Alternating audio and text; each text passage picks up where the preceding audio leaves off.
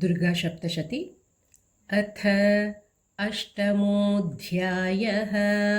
ॐ ऋषिरुवाच चण्डे च निहते दैत्ये मुण्डे च विनिपातिते बहुलेषु च सैन्येषु क्षयतीष्वसुरेश्वरः। ततः कोपपराधीनचेताः शुम्भः प्रतापवान् उद्योगं सर्वसैन्यानां दैत्यानामादिदेशः। अद्य सर्वबलैर्दैत्याः षडशीतिरुदायुधाः कम्बूनां चतुरशीतिर्निर्यान्तु स्वबलैर्वृताः कोटिवीर्याणि 50 कुलानि वै शतङ्कुलानि धौम्राणां निर्गच्छन्तु ममाज्ञया कालका दौर्हृदा मौर्याः कालिकेयास्तथासुराः युद्धाय सज्जा निर्यान्तु आज्ञया त्वरिता मम इत्याज्ञाप्यासुरपतिः शुम्भो भैरवशासनः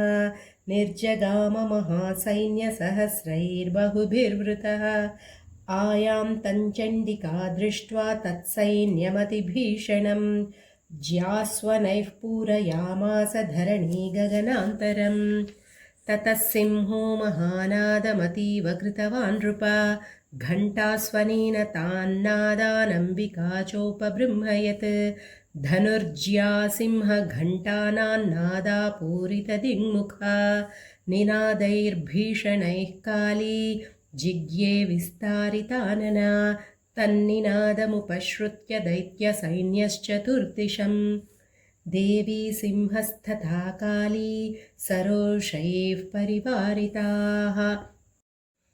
एतस्मिन्नन्तरे भूपविनाशाय सुरद्विषां भवायामरसिंहानामतिवीर्यबलान्विताः ब्रह्मेशगुणविष्णूनां तथेन्द्रस्य च शक्तयः शरीरेभ्यो विनिष्क्रम्य तद्रूपैश्चण्डिकां ययुः यस्य देवस्य यद्रूपं यथा भूषणवाहनं तद्वदेव हि तच्छक्तिरसुरान् योद्धुमाययौ हंसयुक्तविमानाग्रे साक्षसूत्रकमण्डलुः आयाता ब्रह्मणः शक्तिर्ब्रह्माणीत्यभिधीयते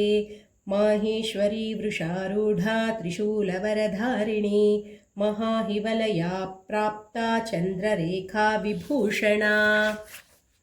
कौमारी शक्तिहस्ता च मयूरवरवाहना योद्धुमभ्याययौ दैत्यानम्बिका गुहरूपिणी तथैव वैष्णवी शक्तिर्गरुडोपरि संस्थिता शङ्खचक्रगदाशार्गखड्गहस्ताभ्युपाययौ यज्ञवाराहमतुलं रूपं या बिभ्रतो हरेः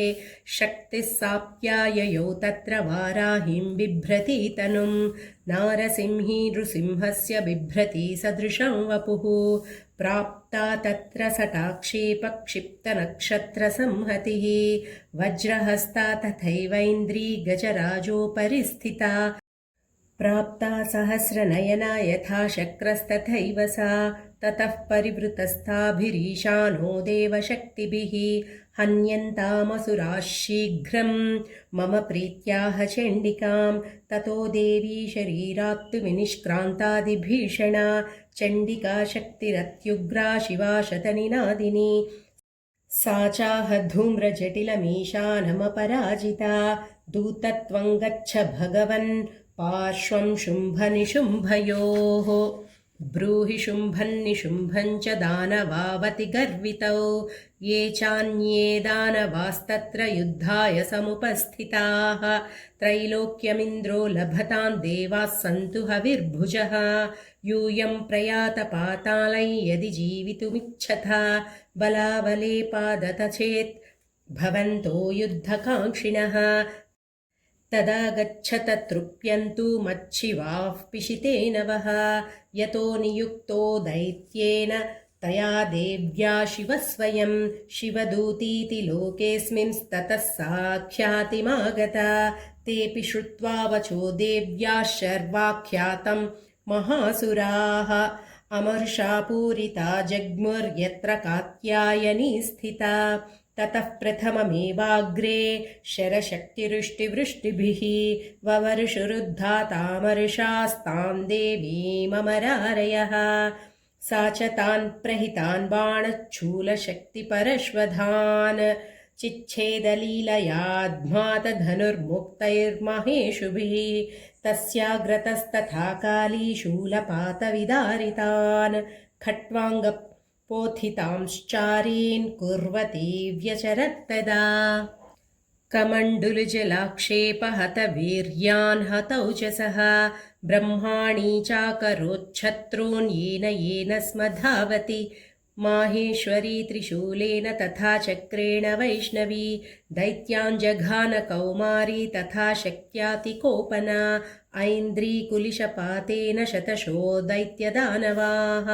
पेतुर्विदारिताः पृथ्व्यां रुधिरौघप्रवर्षिणः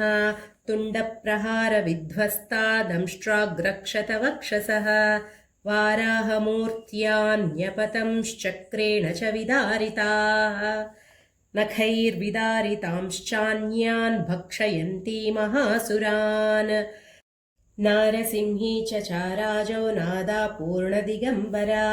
चण्डाट्टहासैरसुराः शिवदूत्यभिदूषिताः पेतुः पृथिव्यां पतितांस्तांश्च खादाथ सा तदा इति मातृगणं क्रुद्धं मर्दयन्तं महासुरान् दृष्ट्वाभ्युपायैर्विविधैर्नेषुर्देवारिसैनिकाः पलायनपरान् दृष्ट्वा दैत्यान् मातृगणार्दितान्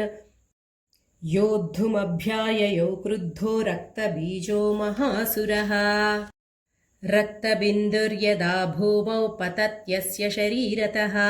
समुत्पतति मेदिन्यां तत्प्रमाणो महासुरः युयुधे स गदापाणिरिन्द्रशक्त्या महासुरः ततश्चैन्द्री स्ववज्रेण रक्तबीजमताडयत्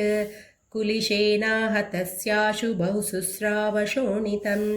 समुत्तस्थुस्ततो योधास्तद्रूपास्तत्पराक्रमाः यावतः पतितास्तस्या शरीराद्रक्तबिन्दवः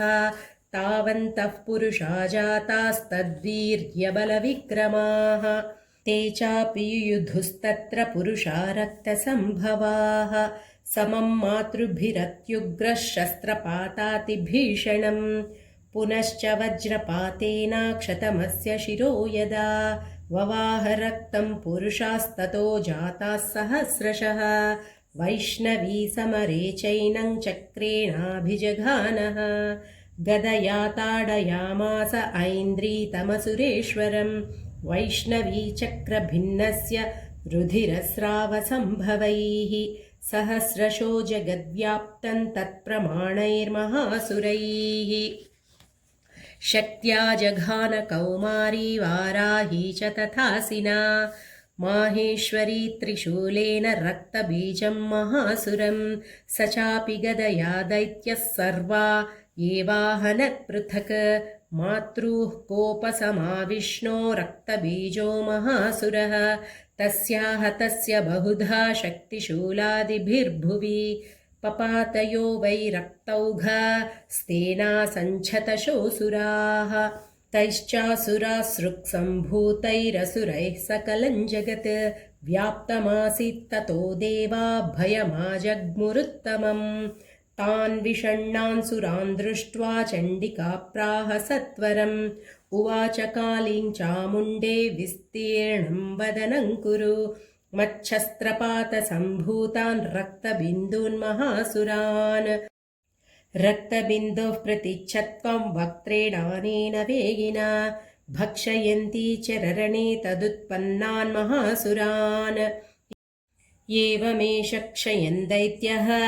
क्षीणरक्तो गमिष्यति भक्ष्यमाणास्तया चोग्रा न चोत्पत्स्यन्ति चापरे इत्युक्त्वां तां ततो देवी शूलेनाभिजघानतम् मुखेन काली जगृहे रक्तबीजस्य शोणितं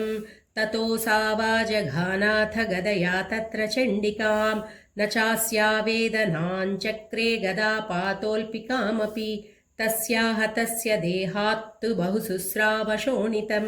यतस्तदस्तद्वक्त्रेण चामुण्डा सम्प्रतीच्छति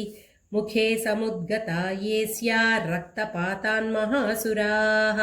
तांश्चखादाथ चामुण्डा पपौ तस्य च शोणितम् देवी शूलेन वज्रेण बाणैरसिभिर्वृष्टिभिः जघान रक्तबीजन्तं चामुण्डा पीतशोणितं सपपातमहे पृष्ठे शस्त्रसङ्घसमाहतः नीरक्तश्च महीपाला रक्तबीजो महासुरः ततस्ते हर्षमतुलमवापुस्त्रिदशा नृप तेषां मातृगणो जातो ननर्तासृङ्मदोद्धतः स्वस्ति श्रीमार्कण्डेयपुराणे सूर्यसावर्णिके मन्वन्तरे देवीमाहात्म्ये अष्टमः श्रीजगदम्बार्पणमस्तु हरे श्रीनिवास।